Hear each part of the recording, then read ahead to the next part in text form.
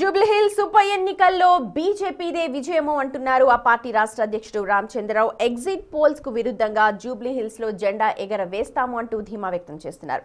గెలిస్తే పొంగిపోము, ఓడిపోతే అలా అని కుంగిపోమని చెప్పి కూడా అంటున్నారు. జూబ్లీ హిల్స్ ఫలితం బీజేపీకి రెఫరెండం కాదు, ఇందులో ఓడిపోతే పార్టీ అంతం అవదు అంటున్నారు. మతాన్ని అడ్డు పెట్టుకుని కాంగ్రెస్ ఓట్లు అభ్యర్థించింది అంటోన్న రామచంద్రరావుతో మా ప్రతినిధి వెంకట్ ఫేస్ టు ఫేస్ చూద్దాం.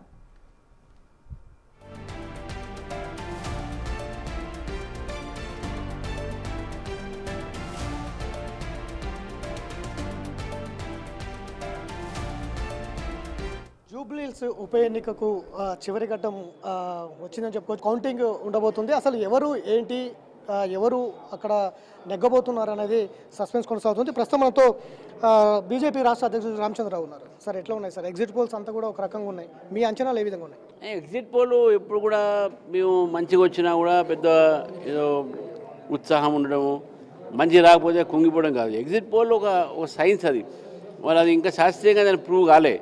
కాబట్టి ఎగ్జిట్ పోల్ వాళ్ళు ఒక పని వాళ్ళు చేశారు. కానీ నాకు పూర్తి నమ్మకం ఉన్నది, ఎగ్జిట్ పోల్ విరుద్ధంగా జూబ్లీ హిల్స్ రిజల్ట్స్ ఉంటాయి. మీరు అంటే కార్పొరేట్ బాంబింగ్ అన్నారు, లేకపోతే మోడీ విజన్ అన్నారు, గ్రౌండ్ లెవెల్లో తిరిగారు కదా.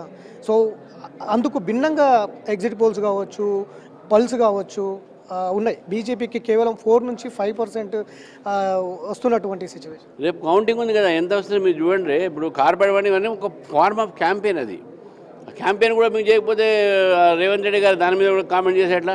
అది మా క్యాంపెయిన్, మహాపాదయాత్ర అని మేము కార్పొరేట్ బాంబింగ్ అని ఇచ్చినాం. అంటే అందరూ అక్కడ వచ్చి పనిచేయాలని. దానికి కూడా కాంగ్రెస్ పార్టీ భయపడితే ఎట్లా? ఇవన్నీ కూడా ఈ కాంగ్రెస్ పార్టీ, బీఆర్ఎస్ పార్టీ డబ్బులు ఇచ్చి సృష్టించినటువంటి ఒక ఒపీనియన్ మాత్రమే.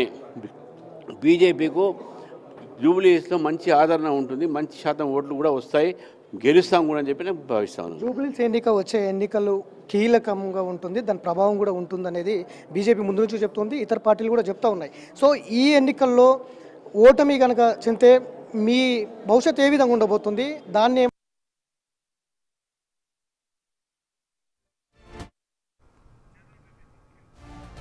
రైట్, అది బీజేపీ పార్టీ అయితే ధీమా వ్యక్తం చేస్తుంది. ఓట్ల శాతం ఖచ్చితంగా పెరుగుతుంది మాది అన్న ధీమాలో ఉన్నారు. అటు అధికారంలో ఉన్న కాంగ్రెస్ పార్టీ కావచ్చు, గతంలో అక్కడ ఉన్న మాగంటి గోపీనాథ్ బీఆర్ఎస్ పార్టీ కావచ్చు, ప్రజలకు చేసింది ఏమీ లేదు అని గుర్తించారు. ప్రజలు ఖచ్చితంగా బీజేపీ వైపు మొగ్గు చూపుతారు అని చెప్పి టీబీజేపీ చీఫ్ రామచంద్రరావు ధీమా అయితే వ్యక్తం చేస్తూ ఉన్నారు. ఖచ్చితంగా తమ ఓటు శాతం పెరుగుతుంది, ప్రజలు తమ వైపు ఉన్నారు అని చెప్పి అంటూ ఉన్నారు.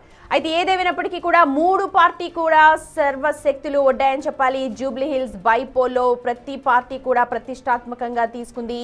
తమ గెలుపుపై ధీమా వ్యక్తం చేస్తున్నప్పటికీ కూడా జూబ్లీ హిల్స్ ఓటర్లు మరి ఎవరికి పట్టం కట్టారు అన్నది ఇప్పుడు అక్కడ ఓట్ల రూపంలో నిక్షిప్తమై ఉంది. మరి కాసేపట్లోనే ఓట్ల లెక్కింపు ప్రారంభం కాబోతోంది. దీనికి సంబంధించి అన్ని ఏర్పాట్లు కూడా పూర్తయిపోయాయి.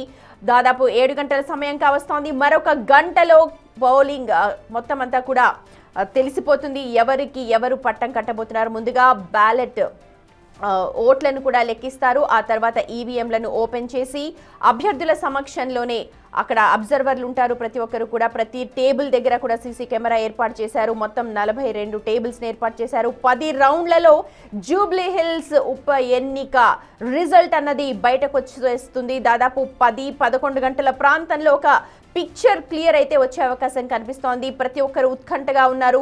ప్రస్తుతం చూడొచ్చు మనం, మొత్తం ఓటర్ లిస్ట్ అంతా కూడా బయట పెట్టి ఉన్నారు. ఎవరెవరు ఏ పార్టీ అన్నది మొత్తం వాళ్ళకి సంబంధించిన అభ్యర్థులు ఇప్పటికే ఏజెంట్లు అక్కడికి చేరుకోనున్నారు.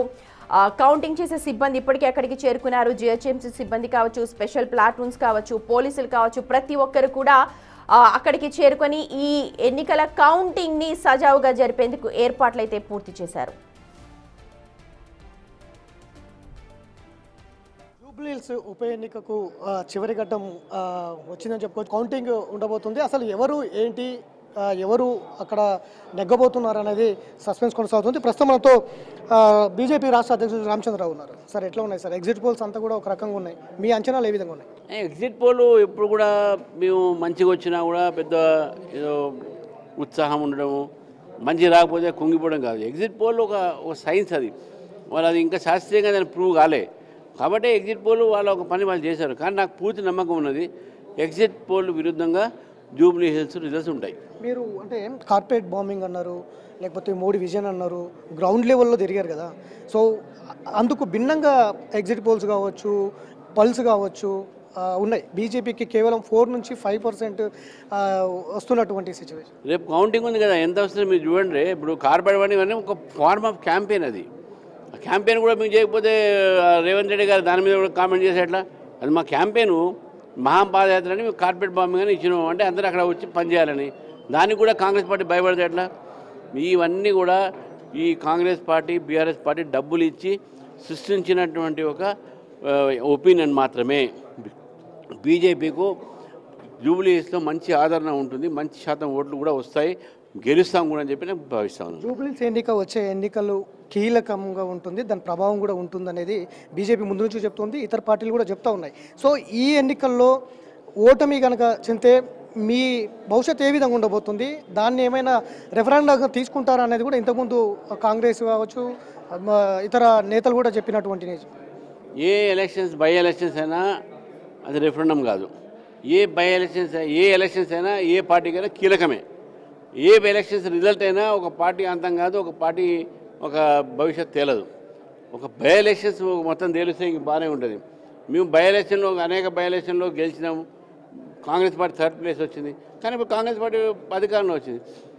అవి అట్లా మారుతూనే ఉంటాయి. కాబట్టి బై ఎలక్షన్స్ని కొలమాపంగా తీసుకోవద్దు. చాలా కీలకమైన అంశము. ఎప్పుడైతే మీరు మీ పార్టీ నేతలు తుర్కోళ్ళు అన్నారు, మొలతాడు లేనోళ్ళు అన్నారు, మొలతాడు ఉన్నోళ్ళకు మధ్య పోటీ అన్నారు.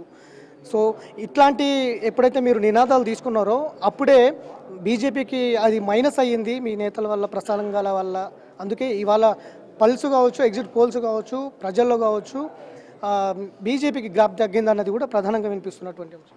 అంటే దానివల్ల అయిందా, లేకుంటే ముస్లిం అని చెప్పి కాంగ్రెస్ పార్టీ చెప్పిన నేతలా, లేకుంటే క్రిస్టియన్స్కి ఓటు మాకేంటి అని అన్నాడా? ఇవన్నీ చెప్పింది ఎవరు? మేము కాదు అన్నది, కాంగ్రెస్ పార్టీ అన్నది. కాంగ్రెస్ పార్టీ ఈరోజు మతం మీద ఎలక్షన్స్ పోటీ చేసింది. బీజేపీ ఎప్పుడు కూడా అటువంటి భాష మాట్లాడలేదు. బీజేపీ మాట్లాడింది కేవలం డెవలప్మెంట్ మాత్రమే. బీజేపీ విశ్వసిస్తుంది డెవలప్మెంట్ మీద. కాంగ్రెస్ పార్టీనే మతాన్ని తీసుకువచ్చింది.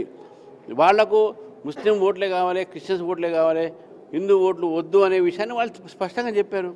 వాళ్ళు గెలిచిన తర్వాత వాళ్ళకి ఎవరు సపోర్ట్ చేస్తారు, ఎవరికి ఏం చేస్తారు చూసాం మనం. కానీ బీజేపీ మాత్రం సబ్కా సాత్ సబ్కా వికాస్. డిపాజిట్ కూడా రాదు అన్న వారికి ఏం చెప్తారు రేపు ఫలితాలను? ఇవన్నీ మాటలు మేము కూడా చెప్తాం, వీళ్ళకి ఏం రాదు డిపాజిట్ అనేది. రేపు చూస్తాం కదా మనం, ఎవరికి డిపాజిట్ వస్తే ఎవరికి డిపాజిట్ రాదు. సో జూబ్లీహిల్స్ ఉప ఎన్నిక ఒక రెఫరెండం కాదు, అది భవిష్యత్తును డిజైన్ చేసేది కూడా కాదు. కొన్ని గంటల్లోనే రిజల్ట్స్ రాబోతున్నాయి. ఫలితాలు ఏ విధంగా ఉంటాయో తేలిపోతుంది. ప్రజలు కూడా ఎవరి వైపు నిలబడారు అన్నది కూడా తేలిపోతుంది అన్నది రామచంద్రరావు చెప్తున్నటువంటి అంశం. వీడియో జర్నలిస్ట్ గౌస్తో వెంకట్, బిగ్ టీవీ.